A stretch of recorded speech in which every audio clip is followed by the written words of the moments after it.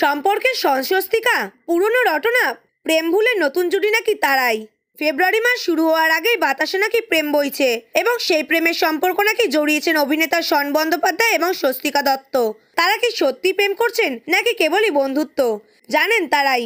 তবে body language বলছে অন্য কথা। বাংলা সিরিয়ালের দুই জনপ্রিয় অভিনেতা তারা। একজন সুপ্রিয়া দেবীর ছোট নাতি, অন্যজন তারকা পরিবার থেকে না এলেও অল্প সময়ের মধ্যেই বেশ জনপ্রিয়তা লাভ করে ফেলেছেন।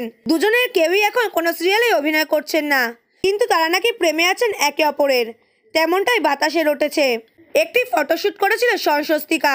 সেই ফটোশ্যুট থেকে বেরিয়ে আসার পর স্বস্তিকার মন্তব্য তার নাকি ভীষণ গরম লাগছে।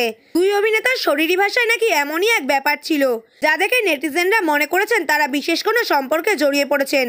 সেই সম্পর্ক যে প্রেমেরই, সে ব্যাপারে নেটিজেনদের একাংশ 100% নিশ্চিত। আর স্বস্তিকা তারা কি বলছেন এ ব্যাপারে এখনো পর্যন্ত মুখ খুলতে চাননি কেউই। মন ফাগুন ধারাবাহিকে শেষবার কাজ করেছিলেন শন। সেই সিরিয়ালে তার নায়িকা ছিল সৃজিলা গুহ। তার সঙ্গেই রটেছিল গুঞ্জন। সেই সময় অভিনেতা রোহন ভট্টাচার্যের সঙ্গে ছিল তার প্রেমের সম্পর্ক। আর সেই প্রেম ভাঙার কারণ বলা হয় শনকেই।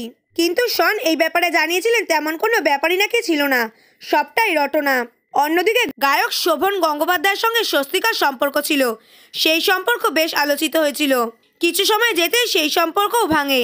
এই মুহূর্তে শোভনের মনে আছে অভিনেত্রী সোহিনী সরকার। সরাসরি স্বীকার না করলেও আকারে ইঙ্গিতে বোঝাচ্ছে তাই।